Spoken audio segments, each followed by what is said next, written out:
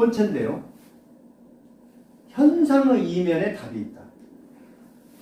그런 것 같아요. 제가 시를 써봐도 현상의 이면에 답이 있어요. 수필은 현상에 답이 있는 경우가 많습니다. 네. 그런데 시는 현상의 이면. 그 이면이라는 말은 쉽게 말하면 제가 생각할 때는 은유 같아요. 은유. 제가 이제 만들어낸 말인데요.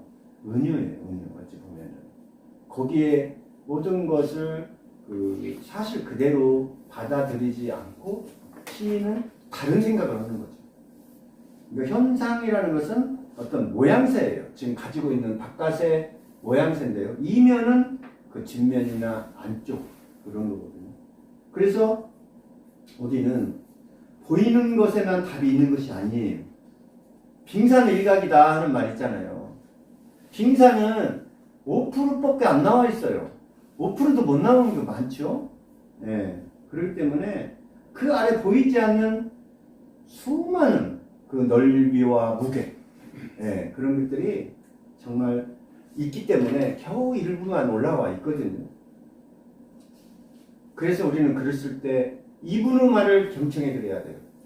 추사 김정희 선생님이 이런 말씀을 하셨습니다. 가슴 속에 만 권의 책을 들여놔야, 가슴 속에요, 들여야 그것이 흘러 넘쳐서 그림과 글씨가 된다. 그렇게 했어요. 대단한 거죠. 네. 그만큼 공부를 많이 해야 한다 이 말이에요. 우리 가슴 이 조그마한 것에다 만 권의 책을 넣어놔야 그림과 글씨를 어느 정도 쓸 수 있다. 그런 경구입니다. 그래서 의미심장한 말을 하고 있습니다. 자, 그래서 어떤 또 의미심장한 말이 있는지 낭독을 통해서 한번 보겠는데요. 무르맹점입니다. 무르맹점 우리 최우령 선생님께서 낭독해드리겠습니다. 무르맹점 이영옥. 욕조에 뜨거운 물을 받습니다. 조용한 틈 어딘가 미지근한 당신의 세계가 찰랑거립니다. 나는 꿈처럼 막막하게 담겨 있습니다. 당신은 보이지 않지만 사방이 허파입니다. 두 개의 눈빛이 부딪힙니다. 나는 떠받치고 있는 부드러운 손가락은 무수한 변곡점을 지나왔습니다. 언젠가 내가 물밑에서 빛으로 튕겨 올라왔을 때 당신이 얼른 몸을 펼쳐 나는 은박지처럼 반짝일 수 있었습니다. 그러나 무르 습성은 흘러가는 것. 당신은 자신이 정한 테두리에 몸을 끼워 넣습니다. 욕조 물막에는 동그란 눈으로 길을 막고 있습니다. 수만 겹 물주름을 열면 울듯이 깨진 이목구비가 있습니다. 구멍 속으로 젖혀지는 무르 스크린도 진짜 울게 될까봐 당신은 황급히 비워집니다. 어디까지 부력이고 어디까지 표정인지 당신은 어디선가 다시 흔들려야 할 것입니다. 겁니다. 네, 감사합니다. 우리 그 최효전 그 부회장님은 연세가 82살입니다. 제가 처음 밝히는데 참 대단하시죠.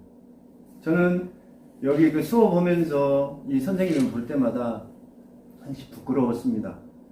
제가 저 나이가 되면 저렇게 글을 읽을 수 있고 시를 공부하러 다니고 또 시를 저렇게 쓸 수 있을까.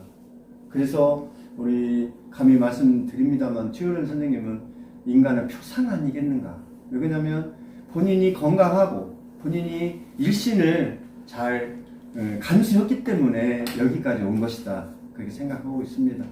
오늘 마지막 수업에 또 이렇게 건강하게 읽어주셔서 감사합니다. 자, 무르맹점 한번 보겠습니다. 맹점. 모르고 지나치고 잘못된 것을 우리 맹점이라고 하잖아요. 맹점이 있다. 그 부분에. 그 문제에 맹점이 있다. 아, 저쪽에 어떤 사안에 맹점이 있다. 그거 맹점입니다. 잘못된 것이에요. 그래서 무르맹점이 뭔지 한번 보겠습니다. 상당히 그 주제가 어렵죠. 그러나 이 시를 보면은 따라가 보면 그래 실마리를 풀 수가 있습니다. 욕조의 뜨거운 물을 받습니다. 뭐 목욕을 하면 뭐 뜨거운 물 받겠죠. 조용한 틈 어딘가 미지근한 당신의 세계가 찰랑거립니다. 이건 뭐냐면 우리가 흔히 이런 실수들을 하죠. 야, 물 좀 받아놔. 그러면 이제 물을 받습니다. 근데 뜨겁거나 중간에 안 가보면 뜨겁거나 찹니다.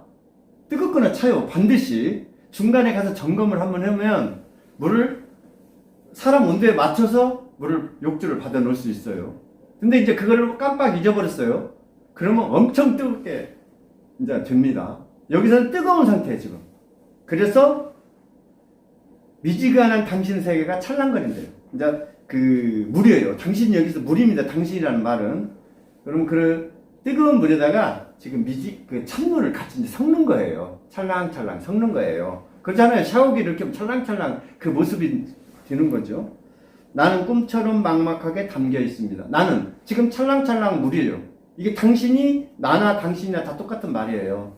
그래서 이게 이제 나는 이제 내가 모욕하는 사람이죠. 당신에게 입술을 한 거예요. 목탕에. 그래서 이제 거기 담겨 있는 거죠. 막막하게. 자, 막막하다, 아득하다 그런 말 많이 써요. 시를 쓰다 보면. 아득한 것은 아주 우리가 대량 헤아릴 수 없을 만큼 먼 곳이에요. 막막한 것은요, 먼 곳이 아니에요. 막막하다는 것은 절망과 비슷한 겁니다. 절망. 네, 그 절망과 비슷하게 한 것이기 때문에 이런 말들을 잘 사용할 줄 알아야 됩니다. 그렇게 됐고요. 당신은 보이지 않지만 사방이 허판입니다. 물은 어떻게 보면 뭐 당신이 물도 되고 뭣도 되는데 사방이 이제 공기잖아요. 물 닿으면 그 바깥에는 공기 아닙니까? 그럼 공기니까 허파라고 이렇게 얘기를 한 거예요. 툭 트인 모습이고요. 한 공간에서 또 이제 숨을 쉬고 있기 때문에 욕조 위에, 물 위에는 모든 것은 우리가 숨 쉴 수 있는 공간이에요. 그래서 허파고요. 물 속에 들어가면 우리는 숨 못 쉬잖아요. 그 허파라고 얘기를 한 거예요. 약간 상당히 건너뛰었습니다. 두 개의 눈빛이 부딪힙니다. 당신, 물과 내 눈빛이 지금 부딪히는 거예요, 지금. 예. 나를 떠받치고 있는 부드러운 손가락들. 물을 부력이잖아요. 물을 부력. 나를 떠받치고 있어요. 그런 손가락들. 그러면 이렇게 생각할 수 있어요. 물이 떠받치는 손가락이 될 수도 있고, 내가 욕조에서 손을 밑에 넣어놓고, 물을 약간 뜨는 손가락도 될 수 있어요. 이거는 어떻게 해석하느냐에 따라서 틀린 겁니다. 이건 굳이 뭐 우리가, 느낌대로 하면 되겠습니다. 은유예요. 여기서는. 무수한 변곡점을 지나왔습니다. 변곡점이, 여기서 변곡점은 무수한 어떤 세월이에요. 변곡, 그는 요와 철이죠. 요철, 이렇게 그렇잖아요. 변곡점이라는 것은. 그래서 요는 이렇게 돼 있으면은 아래로 들어간 부분. 철은 위로 올라간 꼭지점.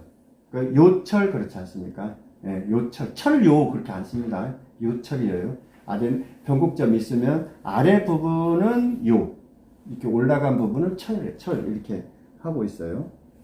언젠가 내가 물밑에서 빛으로 튕겨 올랐을 때, 사람이 욕조에 있다가 빛처럼 위로 튕겨 올랐죠.